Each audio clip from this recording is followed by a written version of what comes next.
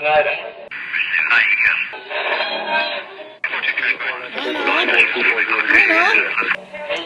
is that you? There, I think I got it.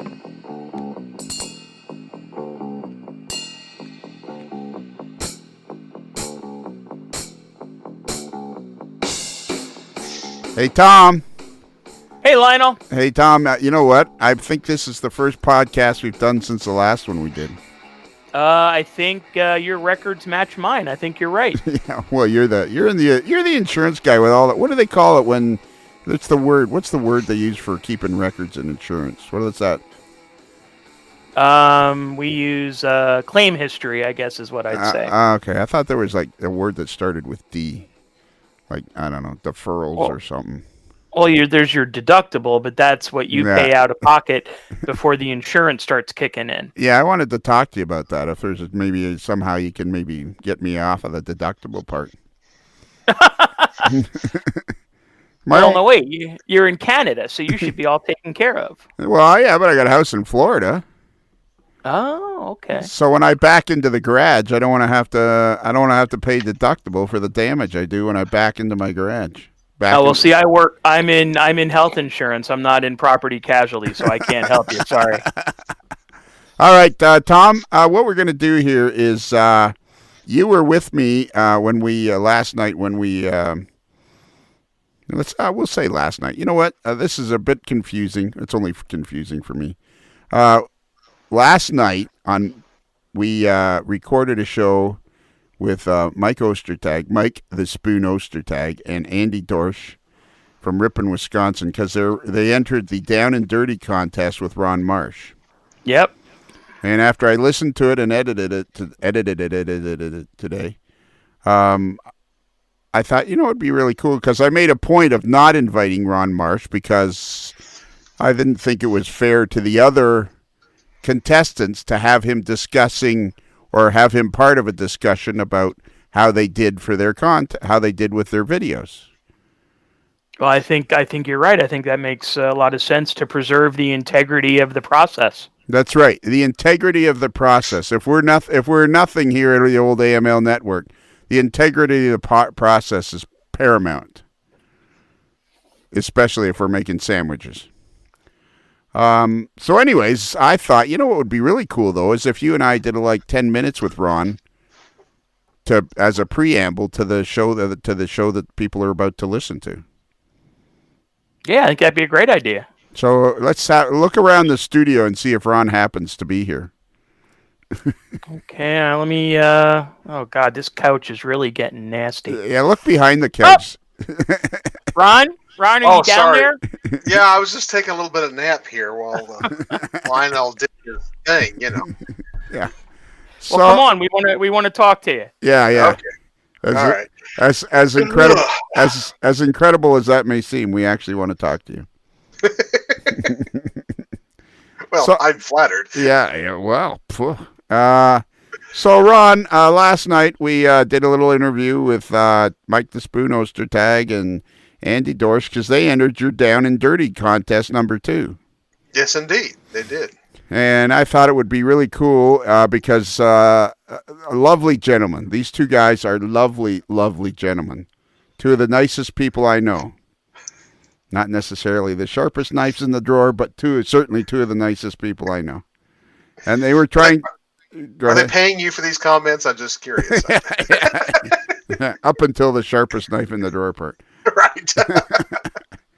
So anyways, it was fun talking to them about what they did to get in the contest. And I thought it'd be kind of neat to just get a little preamble from you as to how this contest works. So how do you vote? Like, this will be released on, let's see, today's March. Let me cipher here. Today's the 5th. Subtract the 3, add the 4. What is Friday? Friday 8th? Would be the 8th. All right. Yes. All right. So this podcast is going to be released on March the 8th. When does the voting end? The voting ends...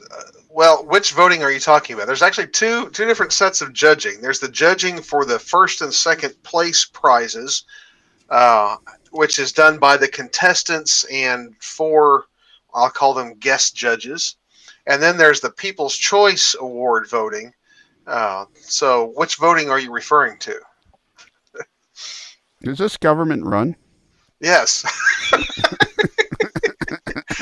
The People's Choice voting will end sometime after it begins, which hopefully will be by the time this podcast airs. Right now, of course, the People's Choice voting is hosted by Midwest Model Railroad, and so all of the still photos that People's Choice voting will be based on have been sent to Midwest Model Railroad, and we're just waiting for that page to come up, and I've been assured that it will be at any moment. So as soon as it does, I'll get an announcement up on my channel, Ron Strange and Things, also on Facebook and wherever else I can, to hopefully send as many people as possible to go and see the photos of the finished products that the contestants have entered and vote for their favorites. And whenever that goes up, that voting will last at least 2 weeks. The final announcement of the winners will be actually on April the 3rd, I believe. I'm just looking at my calendar here really quickly. April the 2nd, actually. Tuesday, April the 2nd is when we'll be announcing the winners. And so whenever that voting opens, it'll be open for a minimum of 2 weeks, and we'll announce then when I know that it's up exactly how long that'll last. The first and second place in the main part of the contest, again, the contestants actually judge one another. When I did the first Down and Dirty Weathering contest, I had been involved in some contests that were just based on a popular vote, and there was a lot of people politicking for their friends who had nothing to do with model railroading to come and vote for them. And I'm like, that's not really much of a contest. So I wanted the winner, the first and second place, to be really based on modelers' opinions. And I thought, who better to judge those than for the contestants to judge themselves? And then in addition to the contestants, they're judged by myself, Eric Hall over at IMRRO.com on YouTube, Stephen Atwell from Midwest Model Railroad, and last year's grand prize winner, who is John Crowdis, who has a YouTube channel now on weathering called JC's Rip Track. So, okay, and is John Crowdis now in the contest, or is he not? He's not in the contest, right? We disqualified him this year, but gave him the honor of being a guest judge instead of entering again, since he won first place last year. Okay, so the only people that can vote for the actual winner of the contest are the people that are in the contest and a couple other people. Correct, for the grand prize and the second prize winner. But we wanted the public involved as well. That's why we added the People's Choice Award, and still, a nice award. The People's Choice winner gets a $50 gift certificate to Midwest Model Railroad, as well as the really choice prize, their choice of any one item from the Ron's Trains and Things company stores. Fine T-shirts and hoodies and coffee mugs and phone cases and all kinds of things with that beautiful backwards R TNT printed right on it. So is the main contest then, is it kind of like Survivor? Like each day somebody gets voted off the island until there's one guy left? That's a great idea. I never thought about that. I may have to incorporate that next year. Well, March Madness is coming up, so you could do a bracket, and have seeds and do rounds and do a head-to-head thing and eliminate one a day. That's a brilliant idea. Yeah, that'll cost you. I learned a long time ago the importance of making things as easy on myself as possible. So I did make some major changes to how the contest worked this year from last year. Last year was a little complicated for the contestants and really turned into a pain for everybody as they were judging, because last year, based on some advice that I got from somebody who was helping me develop the contest initially, they actually weathered 2 pieces of rolling stock, and they had to make 4 videos. Whoa. What I didn't consider was the fact that they made 4 videos, but that I had to watch 4 videos from every contestant, and I spent a week watching videos. So this year, they only weathered 1 piece of rolling stock, and they made 1 video, a maximum of 20 minutes.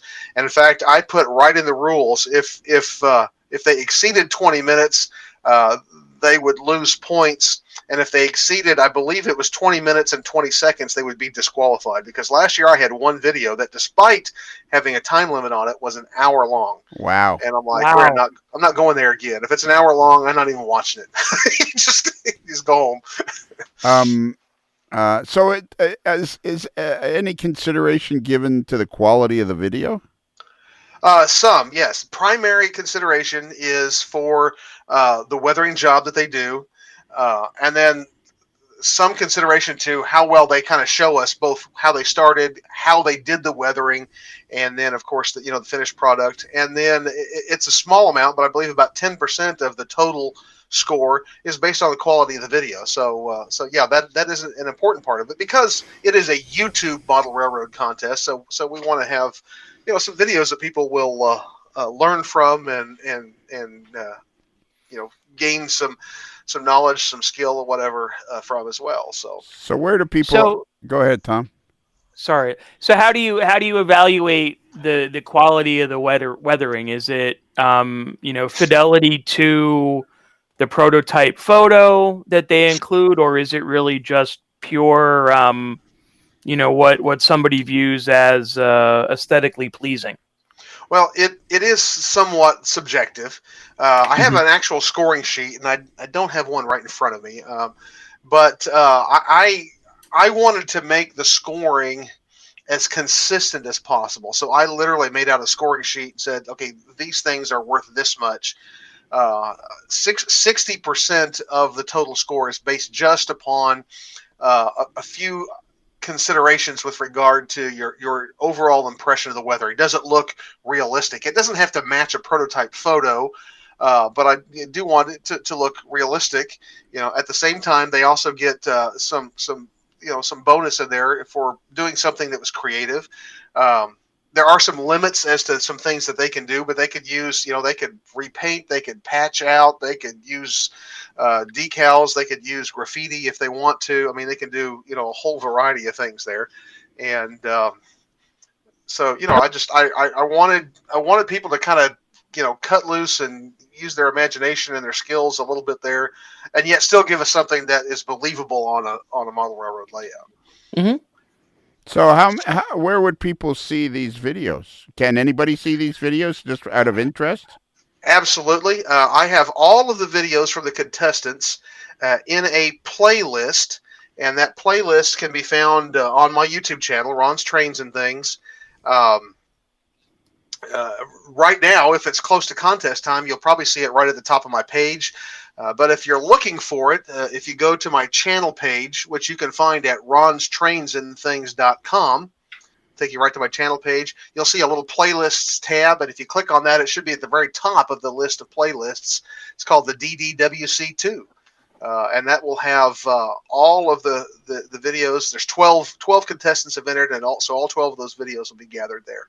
Okay, so right now I'm seeing 44 videos. What am I doing wrong? I have no idea. All right, so I'm at. Let me try again here. Go to ronstrainsandthings.com. Yeah. Which will take you to the YouTube, the home page of my channel. Right. And then down you see there's a home tab and a videos tab and a playlist tab. Okay. If you click on playlists, and I think it should come up. Oh, okay, there's 13 updated 2 days ago. Yeah, 13. The 12 contestants plus the rules video is in the playlist also. You don't have to watch the rules video if you don't want to. No, thanks. Although I do hear the host of the rules video is a pretty good looking guy. So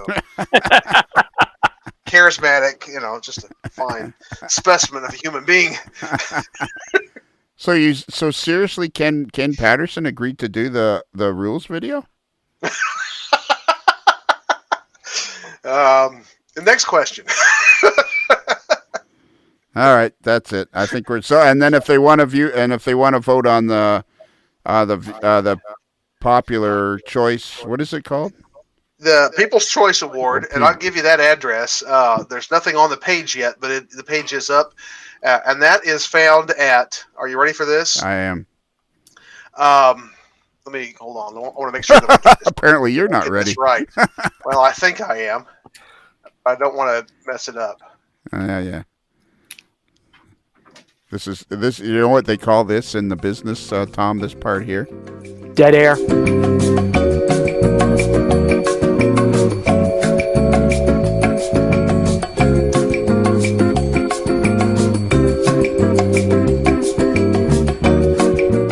Okay, I think I found it here. I'm glad I looked because I had it. I would have said it to you backwards. Oh, good. You will find the People's Choice voting page at www.midwestmodelrr.com/DDWC2. Okay, I'm putting that in. Let's see what happens. And right now there's a page, but it's blank. But that is where you'll be able to see still photos from both sides of all of the contestants' final products of weathering, and there will be, I believe, you'll be able to vote for your top 3 favorites. And then the highest total vote getter will be our People's Choice Award, which I might say went to our very own Andy Dorsch last year, who did a very nice job, and of course is entered again this year. So the contest. Here's the rules. The contest is intended to showcase the weathering skills of contestants as employed on freight cars. To accomplish this purpose, please adhere to the following rules. Are you going to read them? Because they're 4 pages long. No, I'm not. And I can't believe you have 4 pages of vote for your favorite. But that's a whole different ball of wax. Man, oh man. Do you not like, what do you not sleep, or do you just sit around trying to think this stuff? How can I make my life more complicated? Is it what is sleep? I don't sleep. I drink coffee. All right. We've chewed up too much time here. Okay. So that's it. So if you want to vote for the popular People's Choice, not popular. Right. People's Choice, because it's only people that can vote. That's right. So if you want to vote for the People's Choice Award, you have to go to Model Railroad or MidwestModelRailroad.com, DDWC hyphen rules / That's not even close. It is MidwestModelRailroad.com / DDWC. I'm looking right at it. DDWC hyphen rules / No, that's the rules page. You need to go back one. Oh, okay. Well, then if you want to vote on the rules, that's where you have to go. Oh my God. Votes on the rules will be given due consideration. Yeah. That's good. Based on the quality of the comment. How do you keep track of? So is it vote early and vote often, or does everybody get one vote? It's supposed to be where everyone gets one vote, or one set of votes. You actually vote for your top 3, but yeah. So this wasn't set up by Mayor Daley of Chicago. No. Okay. In the spirit of, but. Okay, Ron. Now you have one job to do, and try to do it with enthusiasm. You have to say Subway. All right, Tom. Do you have anything? Are you good to go? No, I think I'm good to go. I actually saw a couple of the videos, and I'm looking forward to taking a look at the rest of them in the next couple days. But I had every intention of actually, I had registered, and I had every intention of doing a car, but then some other stuff got in the way, and I didn't get to enter. But one of these days, I'm going to do it. I like the idea of what you're doing here, Ron. Well, it's been a lot of fun for me, and I think the contestants last year really enjoyed it, and I hope we have. We've grown this year. Last year we had 11 contestants, and this year we have 12. So it's grown almost 10%. That's right. Yeah. Yeah. All right. Okay. At the appropriate moment, you have to say Subway chime go. Okay. It's the appropriate moment. Subway chime go. Okay, it's time for another AML podcast. That's the way I start when I'm by myself, because I never know what to say next. Bruce, take it away. Can I say something? Sure. there's an awful echo going on. It's like an echo chamber. It's not at this end. I don't have it. Maybe it's Andy because he keeps turning maybe Andy's furnace came on. And Andy, did your furnace come on? Nope. Oh my God. Oh Lord. Won't you buy me? Mercedes Benz. Okay, so this podcast is a special podcast. We're going to try to keep it under 45 minutes so I can get it out ASAP as soon as possible. How's the echo now, Bruce? It's still there a bit, but Yeah. I'm not sure. I can't hear. Maybe just my rattling around on my head from wall to wall. Yeah, maybe it's rattling around on your head for wall to wall. So this is a special podcast. The people we have in the studio right now are the commentators for this particular podcast are Bruce, the moderately agitated mailboy, Tom, a secret agent 0013 Jacobs from Robosonia, Pennsylvania, home of the Reading Cross Line layout in a 20 by 36 building. And, of course, Tom Stock 2020. Hello. Hey. And then we have, not that far away, a few hours away. How many hours do you think it takes, Tom, to get to Boston from where you are? About 6.5, 7. Yeah. All right. Also, we have Boston Joe Cummings, all the way from Boston, Massachusetts. Really, he's in the town of Hanover, which is to the south. And hello. And I'd like to mention that when we were driving around Boston, we saw where Joe works. That's my boat. That's your boat? It's a line from a movie. Oh, okay. And that. Okay. So that's I get it in Boston because there's a lot of. Hey, Joe, how many people in Boston are in the seafood? Like, there's a fairly large contingent of people that work fishing for lobsters and what have you. Is there not? Yeah, there's a decent amount. There are more up in Maine than there are down here, though. Okay, because in Toronto we don't have any of that. We do have water. We are on one of the Great Lakes, but we don't. There's not a whole lot of yummy fish in Lake Ontario. You mean you don't try to pull lobsters out of Simcoe? No, we don't try to pull lobsters out of Simcoe. Lake trout. We got lake trout. And then all the way from Green Bay, Wisconsin, we have two Wisconsinites, and this is why we're having this podcast. In one corner, we have, in this corner, weighing in at just under 260 pounds, 5'7", Mike the Spoon Ostertag. Hi. Did I get your vital statistics correct? I was another couple inches shorter. I'd be perfectly round. All the way from Green Bay, Wisconsin, home of the frozen tundra of Lambeau Field. And also here is one of my very distant relatives, all the way from Ripon, also known as Ripon, because when he drives to work, he's ripping down the highway, is none other than Andy StraightBall Dorsch. I'm just here for a shot at the title. yeah, a shot at the title. Yeah, who actually is holding the belt right now? It's there is no belt. Yeah, you need a belt. Okay, so the reason we're here, the reason myself, Bruce, is here, Tom, and Joe are here is to comment and referee a discussion about Ron Marsh's Down and Dirty contest number 2. Because both Mike, the Spoon Ostertag, and Andy StraightBall Dorsch have entered this contest, and we want to hear all about what you guys did. So, Spoon, tell us all about what you did. You made a video. You have to make a video to enter this. Why do you have to make a video to enter this contest?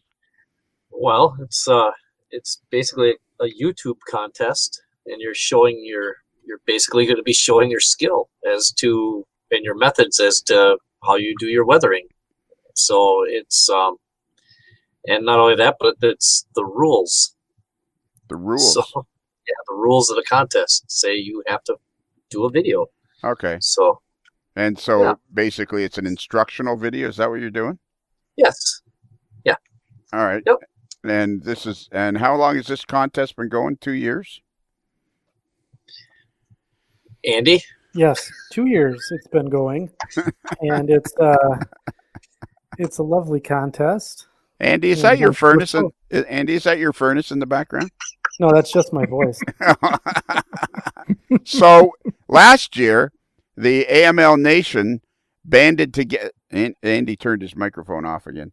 The AML Nation banded together to get Andy as many votes in the popular choice or most what's it called? People's Choice. People's Choice Award, and you were a runaway victor in that, thanks to the AML Nation. Is that not correct? Yeah, that's correct. We rallied the support of the AML Nation and got quite a few votes from the internet land, and landed me a third place prize and first place in the People's Choice vote. So Spoon, this is your first try. Yes. And you had to learn video editing skills as well as weathering skills. You already had the weathering skills. What did you weather? I weathered a 3-bay covered hopper in S scale, obviously. Obviously, for those of you that don't know, Spoon models in S scale. One of five people that do S scale. Yeah, we know of one other in the Boston area, Robert Frischella, and your friend. What was it? He wrote in an email there not that long ago. Mike Zeski. Oh yeah, Ken Zisk. Oh, he's gonna kill me. Forget. He lives in Minneapolis area. He does, and he invited you over there. Yes. Have you made arrangements yet? No, I have not. I cannot get the Friday prior to the Friday of the event off, so I'm thinking I might go for Saturday. I have not fully committed yet. All right. So how did the video making go? Good. It was a lot of fun.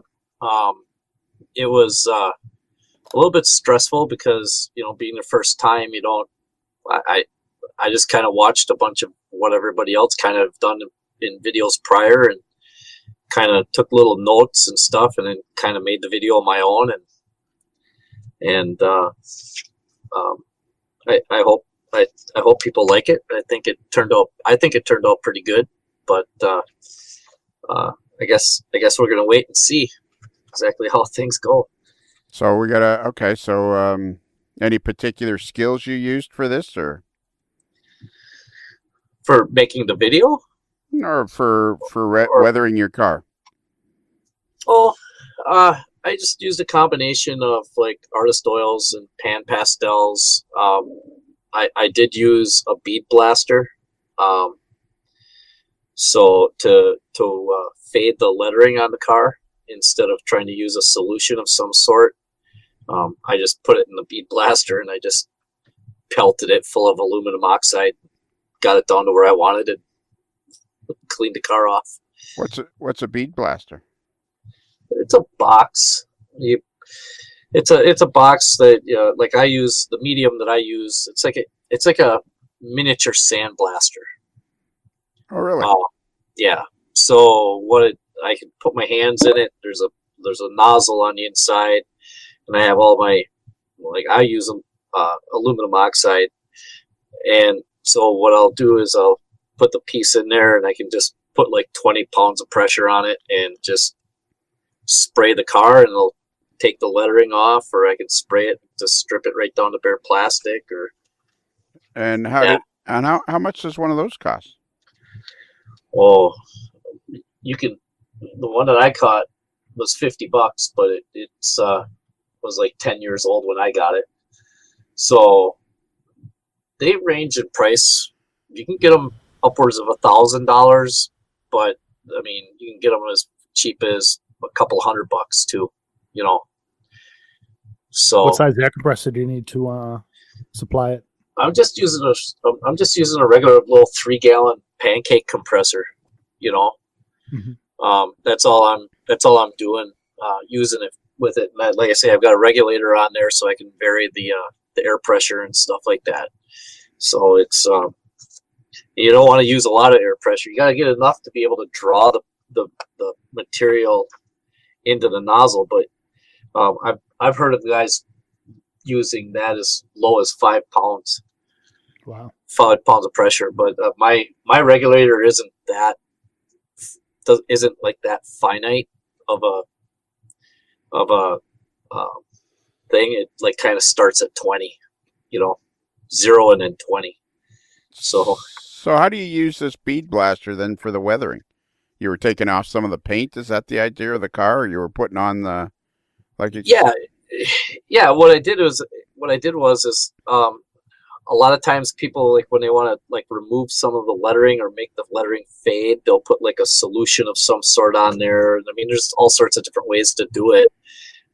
And so what I decided to do is I decided, well, I'll just go and I'll blast that down and I'll just use it. And by doing that, it actually made the lettering look as if it's been out in the weather and out in the elements, because it actually the lettering actually looks like it has a tooth. There aren't smooth edges anymore, like when the pad printing is done. You know how you have that nice clean those clean edges. It takes those clean edges and it takes and actually puts like a contour to them.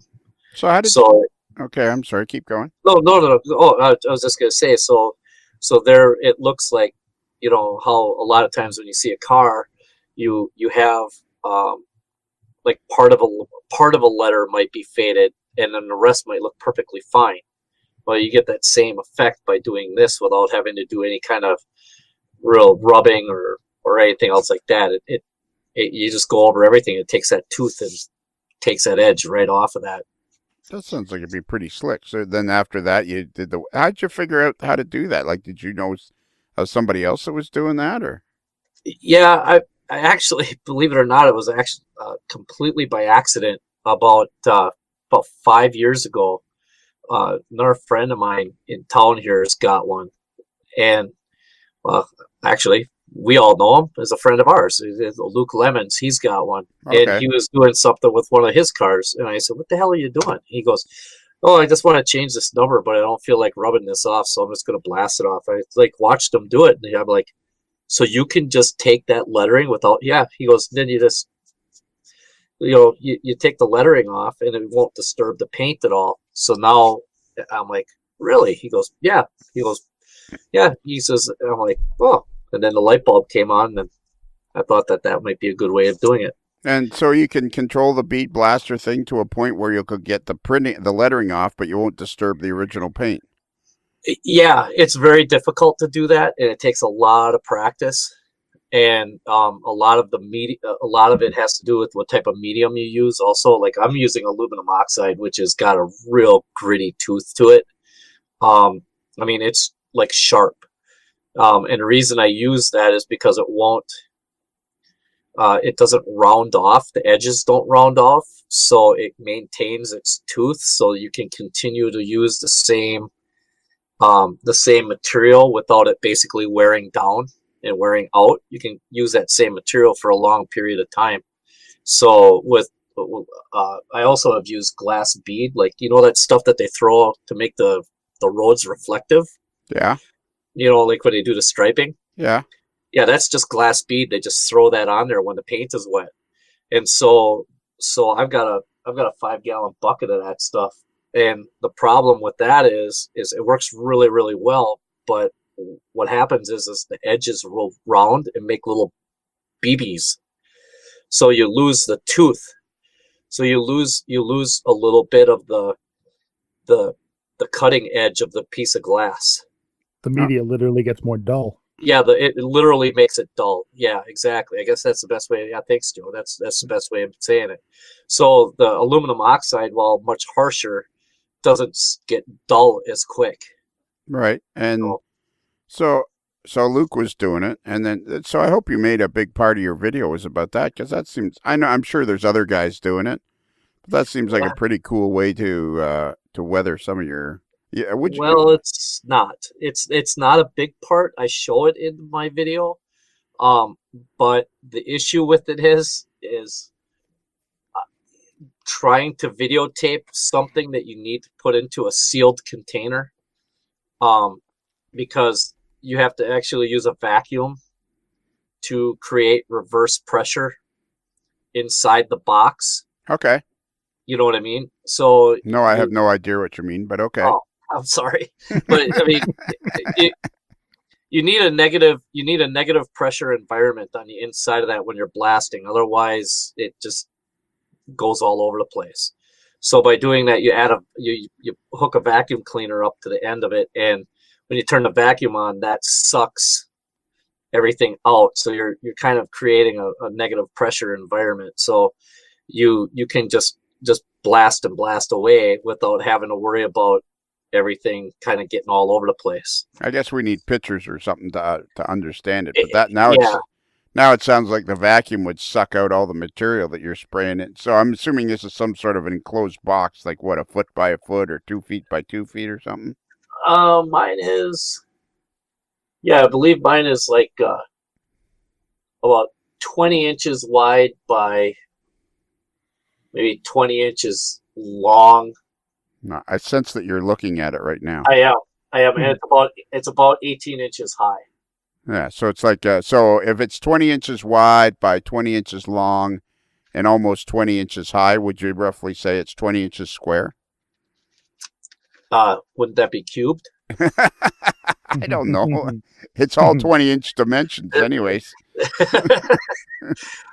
But it's cool. I haven't used it a great deal recently, but I have done, like, I've stripped material with it. I do it for other household things. That's why I was using the aluminum oxide, is because I was stripping some metal and getting some rust off of some pieces of metal and stuff like that. So it works good for all sorts of different things, not just model railroading. So yeah, it's like a sandblaster, I guess. Is that what it is?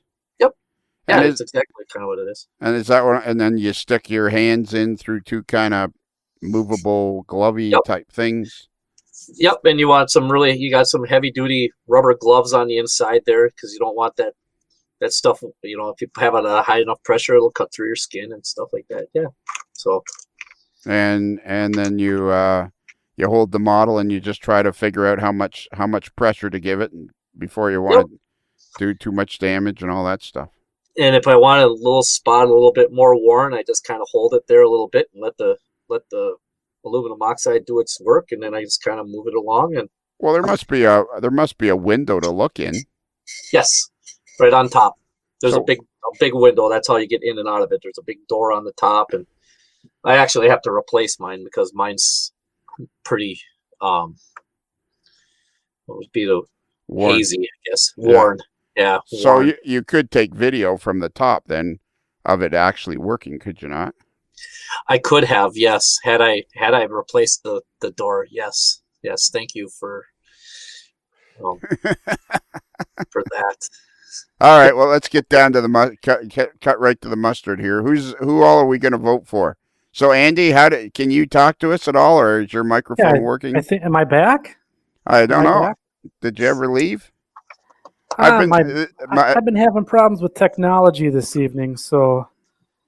Have you been technically challenged? I have been challenged this evening. I've been looking at my control board, and it's my favorite thing. I got 6 people in the studio, and 3 of them have their microphones turned off, which it's like I'm thinking to myself, why are these people even here? I might as well have them on the other side of the glass, on the outside of the studio, just sitting there eating bonbons and potato chips, watching us. We're laughing hysterically behind your back. What's that, Joe? We're laughing hysterically behind your back. Well, I can see it through the glass, so. Okay, Andy. So what did you do to give me a quick 5-minute or 3-minute or 4-minute? What did you do? What were you doing? You did a tank car. That's right. I did a tank car, and I went out to the internet to try and find a photo of a car that was painted up like that. And I did manage to find a couple. So first thing that I did was I paid attention to how the car was painted and looked at how the model was painted. And the model was different than what the real prototype looked like. So I went ahead and updated the paint job on the tank car so it matched the prototype a little more closely. And you had your viewers. You have a YouTube channel, and you had your viewers, your subscribers, vote to see which car you did. Yeah, that's right. So a couple weeks prior to me starting the modeling process, I put out a video just to kind of, I don't know, have fun and get my viewers engaged and have them make the decision for me as to what car I should weather up and put in the contest. And were they all HO scale? They were all HO scale, yeah. So I picked 5 or 6 different cars out of my blue tote. And You have a blue tote? I do. I have actually blue and clear totes full of model railroad stuff, as I'm sure all of us do. Tony Cook would be very proud. Yeah. No Tyco stuff, though. I don't have any Tyco anymore. So. Well, you know who would be really impressed is our very own Tom Jacobs, Agent 0013, because he's just been cleaning up his workshop. And so you don't have your stuff on shelves; you have them actually inside boxes.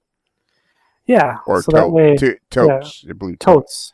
I have them in totes, organized. So I rummaged through a tote and picked out the first 5 cars, and I'm like, all right, well, picked out basically one of each style that I had in the box, and said, all right, we'll let the viewers choose on what I'm going to do. You know, Don't go ahead, Tom. Don't feel bad, Andy. About 3/4 of my rolling stock is still sitting in tubs out in the barn. Yeah. Well, you know, the crazy part is Boston Joe and I got in this. It was a fairly intense discussion. You can turn your microphone back on, Andy, if you want. You really don't need to turn it off. You can talk whenever you want, buddy. Boston Joe and I got in a fairly intense discussion about where you keep your box cars. And I said, debate. Yeah, and I kept saying I said when we saw that your box cars were in those blue bins, I said to Joe, I told you that's where he kept them.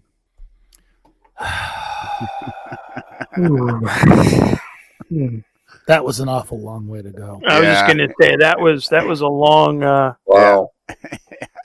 And I kind of wish I didn't have to be involved. That's what happens when you all have your microphones off, and I have to do all the talking. Total failure. Yeah, exactly. So, okay, now that maybe Spoon and Andy, the two of you could discuss. So, did you guys use the same methods for weathering? Do you know? Did you guys discuss it while you were going along? Did you do it in secret so that the other guy wouldn't know? What was your plan of attack? Well, nothing that I did was really secret. I showed pictures and a few things that I did prior to me actually completing the video. So I posted a bunch of things on the Ron's Trains and Things Down and Dirty Facebook group, and basically, nothing was secret. And Mike and I were sending pictures back and forth to each other and kind of egging each other on a little bit, and there may have been some smack talk, and then there was some crying, and then there was Andy was doing the crying. Yeah, of course I was doing the crying, and there was some laughter, and it was kind of a roller coaster of emotion. Now, were you sending the correct photographs back and forth, or were you sending wrong photographs trying to throw each other off the scent? Yes. That would be the red herring technique that I employed. Spy versus spy. Yeah, right. It was about as comical as that, too. Hey, look at that. It only took us 25 minutes, and it's finally interesting. Oh, jeez. It's a new record. Yeah. Okay, so all right. So now how are we going to determine who in the AML Nation now, instead of just having Andy Dorsch to push over the top, now we got 2 guys we got to push over the top. How are we going to do this? I don't think we do. Why not? We did it last year. We did it last year. But we had it doesn't matter which one of us it doesn't matter which one of us does well. It's the AML Nation wins all the way around, no matter what. So That's a sad comment. Vote for me. I want to win. There you go, Andy. Vote for Andy. Spoon Vote for a doesn't winner. care. Yeah, Andy Dorsch has the killer instinct. yeah, exactly. That's what we're looking for. here, I take the high road. I'm trying to be nice about it, the whole High- 9 yards. The high road. We're High on road. the AML. There is no high road. Exactly. There's no high road on the AML. This is open. I don't know. It's open. Andy's Go ahead, Tom. Andy's got the eye of the tiger for sure. Exactly. Well, I just want to finish. It's open mic night at the AML. I have the real world application on my side, so I guess I can. What's the real? If we're What gonna is? start that kind of stuff. Well, that's why we're here. With it. Have you ever listened? Have you ever noticed with the AML podcast, it's about entertaining people? Oh, that's what we're supposed to do. Yeah, that's exactly what we're supposed to do. That's what we've done all along. That's why people like our podcast. Is because it's not just about ballasting track. It's about all the things that surround model railroading, all the human emotions that go into creating a gigantic model railroad or weathering a car, whatever it is. It's about the community and the human endeavor of model railroading. And the Spanning the track talking. globe to bring you the best in model railroading entertainment. Exactly. Covering the gamut of the human experience. There you go. This is an experience. The thrill of victory, the agony of defeat. There we go. Oh my God. Can I just say I find it ironic that Spoon was refusing to stir the pot. Yes, I know exactly. So now I'm wondering because it was Andy that gave Spoon the nickname of Spoon because he declared that he was stirring the pot. But isn't that the guy that's Boston Joe? You and I think, can speak to this particular subject more eloquently than anybody else. Is it not usually the guy that's jabbing the stick in the other guy's back with the kind of? Is he not really the spoon disturber? It's called being a nug. Yeah, a nug. Exactly. I think Andy's the nug. And I'm not going to apologize for that. There you go. Just calls it as it sees it. All right, so how are we going to do this then? We want the AML Nation to push Spoon and Andy over the top, and we'll leave it up to each individual AMLer to choose, but we want our AML Nation to get out there to Ron Marsh's Down and Dirty contest and vote for either Spoon or Andy. Andy wants everybody to vote for him because he's got more of the killer instinct. Spoon will just be in the background, dancing around, going just peace and love for everybody. Okay, you want the easy solution? No, Yeah. no. Okay. Bruce has turned his microphone on. There we go. I can't believe you guys are rambling on and on. And the simplest solution is you go to Gmail, you create 2 separate accounts. Boom, boom. One account, vote Andy. One account, vote Spoon. Okay. It's going to be neck and neck with these two guys. That's what I want. I want it to be neck and neck because last year Andy won the People's Choice in a landslide. It was like a walk-off.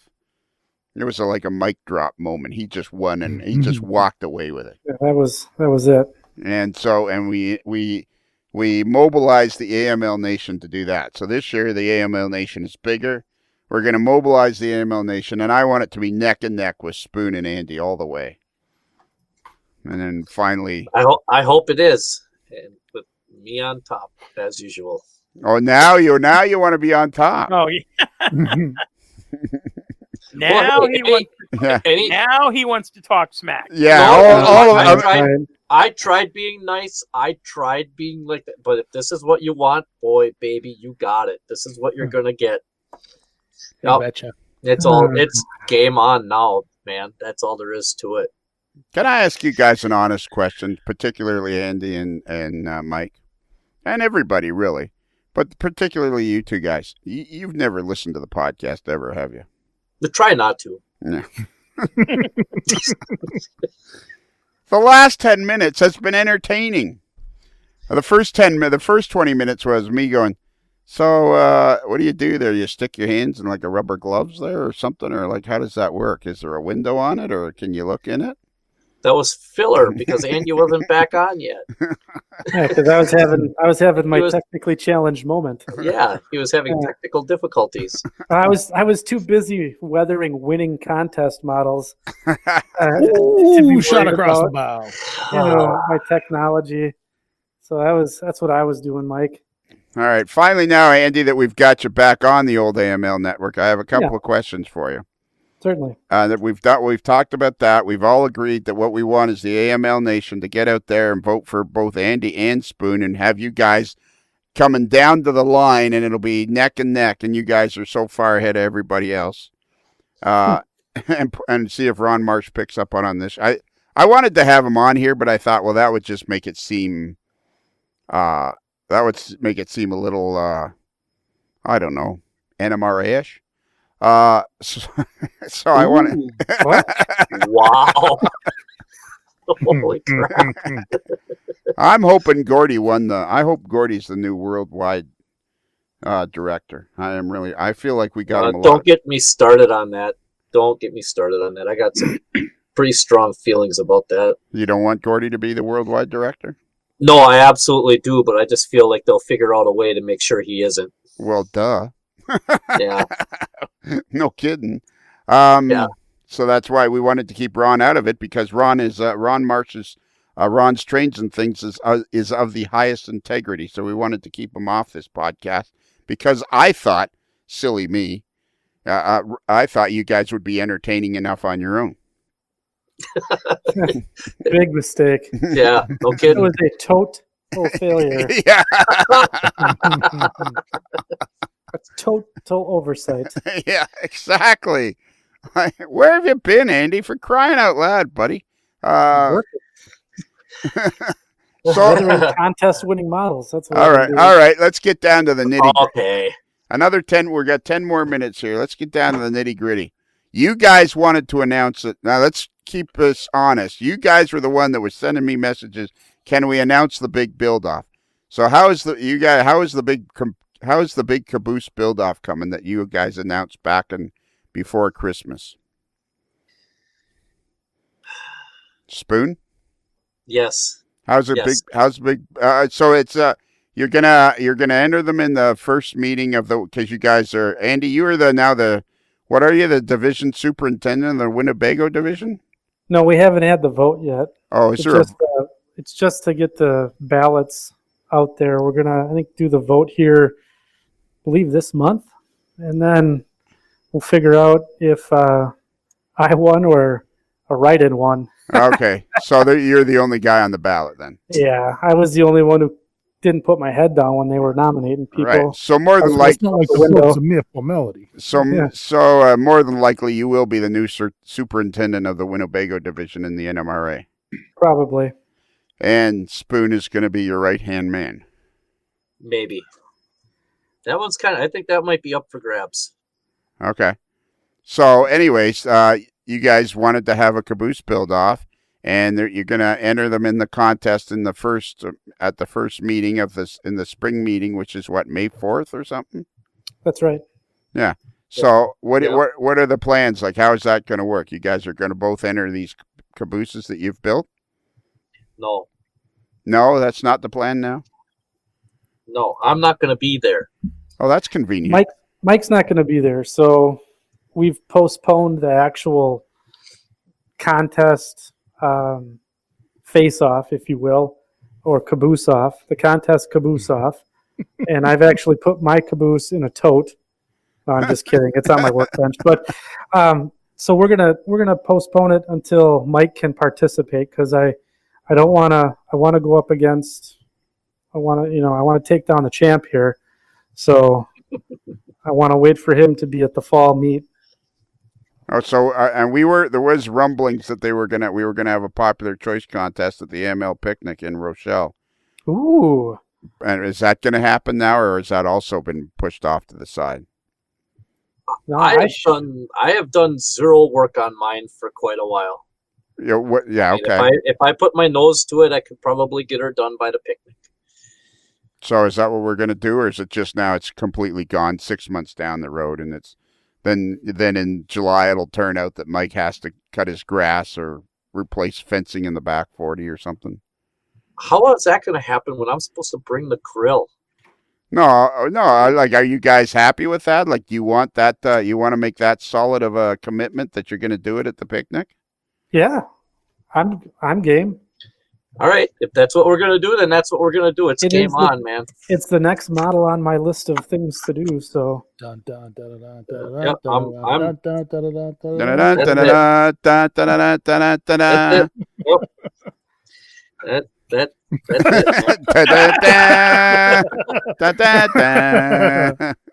it.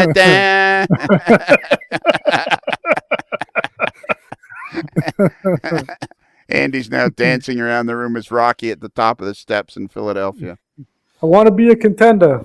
All right, so that's cool.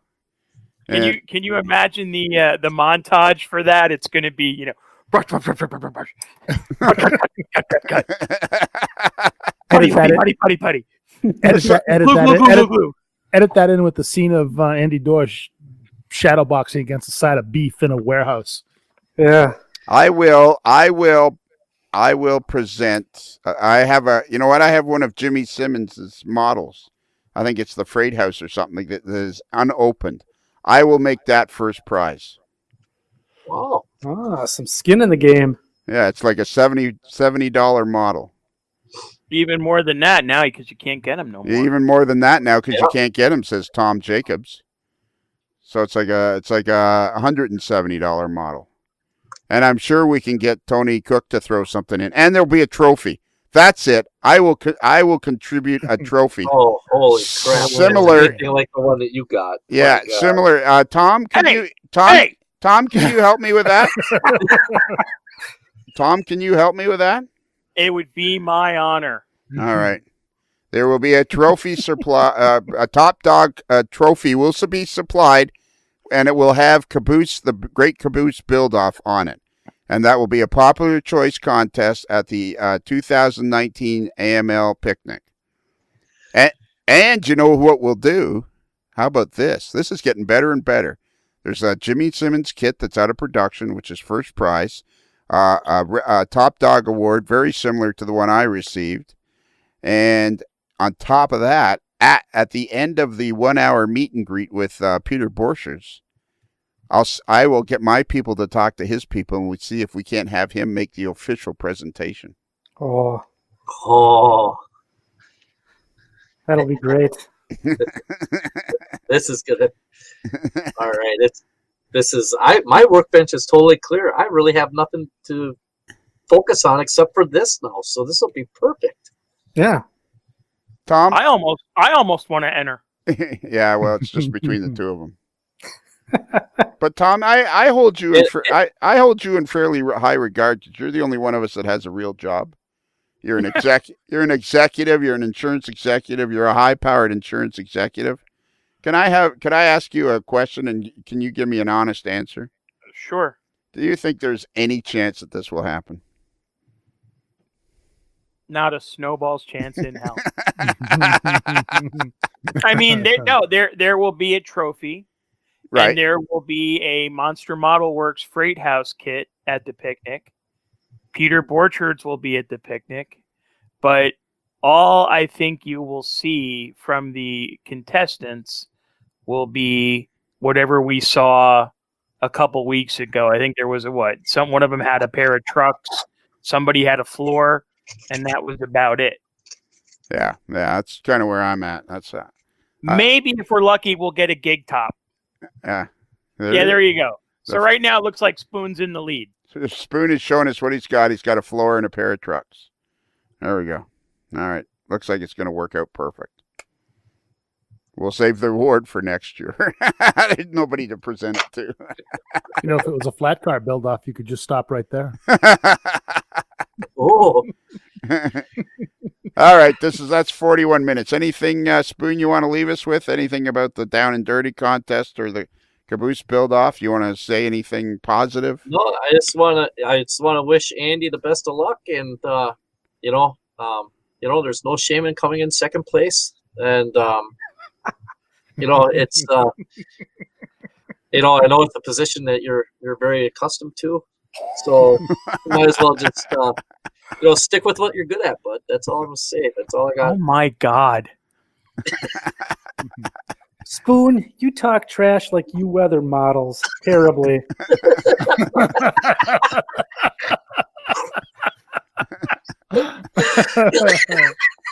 Wow. Yes, You know, I, total abomination. all right, Andy, do you have any final words?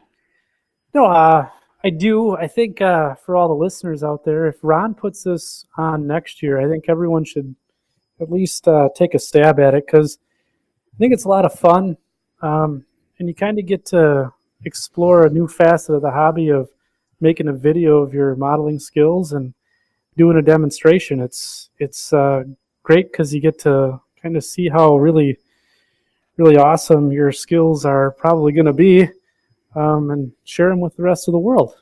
So Perfect. I like that.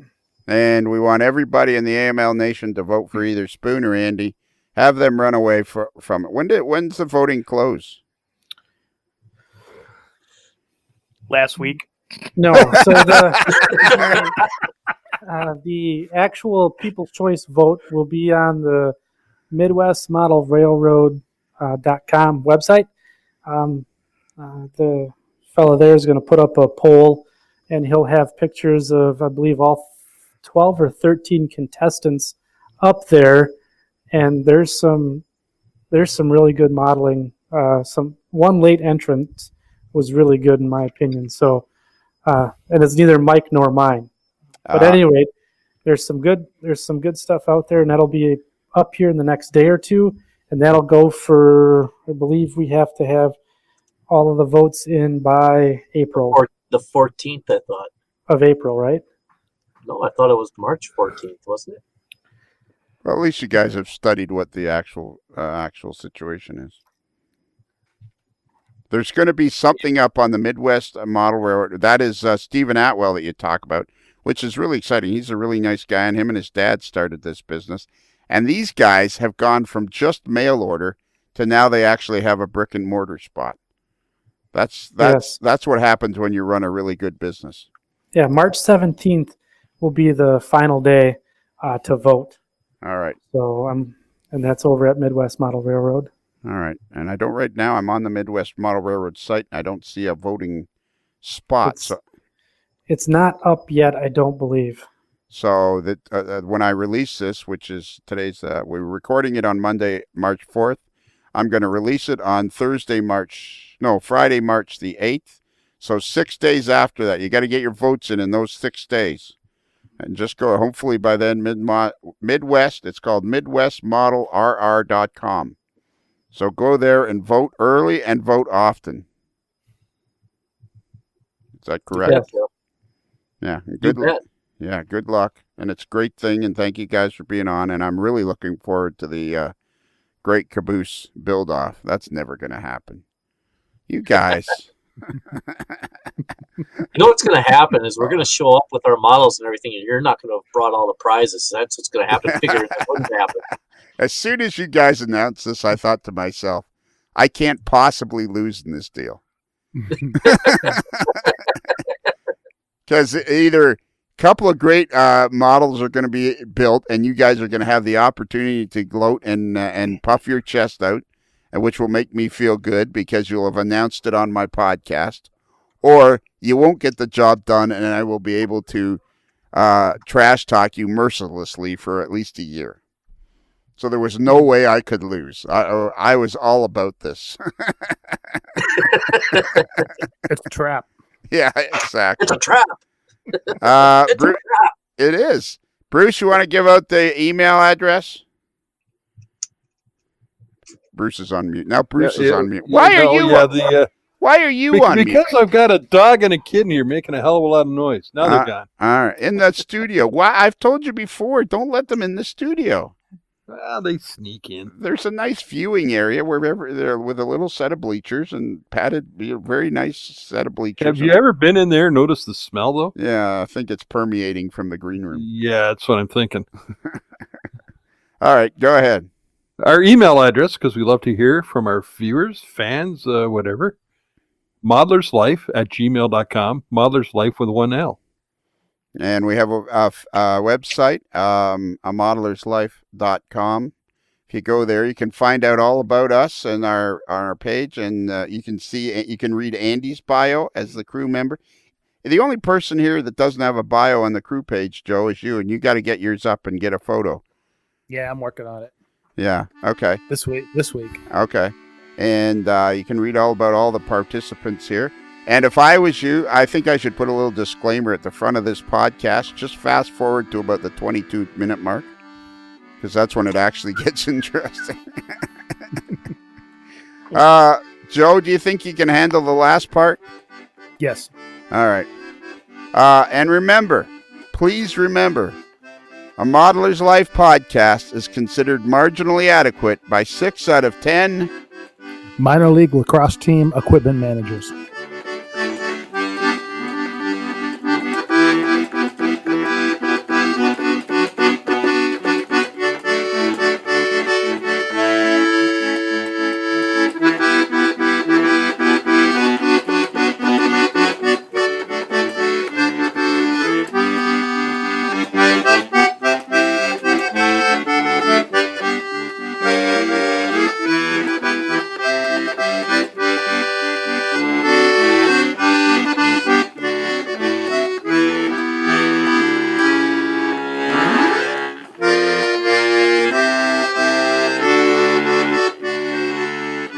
It's another Lincoln Homer.